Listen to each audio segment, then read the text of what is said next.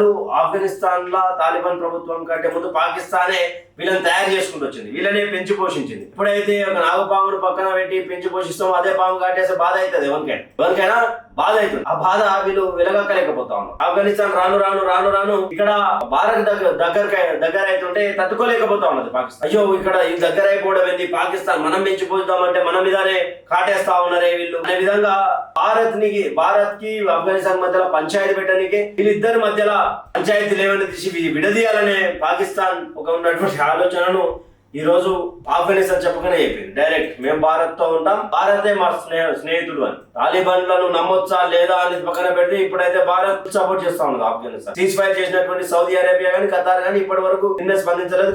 దాదాపు చాలా మంది మహిళలు, చిన్నారులు, క్రికెటర్లు ఎంతో మంది మరణించారు. సంతాపం తెలపాలా. ఫస్ట్ ప్రపంచ దేశాల్లో ఉన్నటువంటి ఐసీసీ ఇమ్మీడియట్ గా పాకిస్తాన్ క్రికెట్ టీం ని బ్యాన్ చేయాలా. వాళ్ళు ఇక చెట్లలో ఆడుకుంటారా, పుట్టలలో ఆడుకుంటారా, సందులలో ఆడుకుంటారా, గొంతులలో ఆడుకుంటారా, వాళ్ళ ఇష్టం.